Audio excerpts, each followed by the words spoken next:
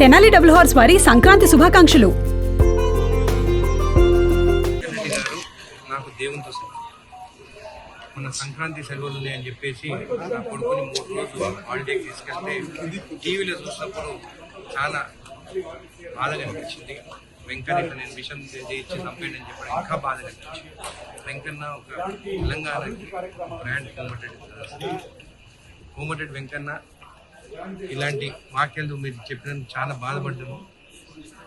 ఒక శ్రీరామచంద్రుని అంటే కోమటిరెడ్డి వెంకటరెడ్డి గారు ఆయనకు దగ్గర సన్నిహితుడుగా నాకు తెలుసు. ఆయన గురించి శ్రీరామచంద్రుడు ఆయన గురించి ఇట్లా తప్పుడు ప్రచారం చేసిన మాత్రము తప్పు అని చెప్పి కూడా నేను అనుకుంటున్నాను.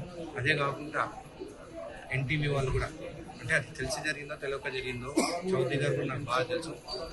అయితే ఎట్లా జరిగిందో కూడా తెలియదు. సరే ఎంక్వైరీ జరుగుతుంది. ఎంక్వైరీ జరిగినప్పుడు మనకు కొన్ని నిజాలు తెలుస్తాయి.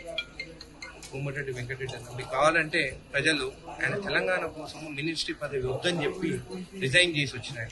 అంత పెద్ద మంచి పైన ఇలాంటి వీడియోలు తీయడం కరెక్ట్ కాదు. ఒకటే మాటలు చెప్తున్నాను, కోమటిరెడ్డి వెంకన్న ఈ రోజు శ్రీరామచంద్ర చరిత్ర సృష్టించినోడు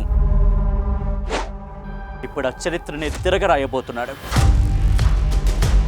అబద్ధాల గోడల్ని బద్దలు కొట్టి నిజాలను రాగా మీ ముందుంచబోతున్నాడు.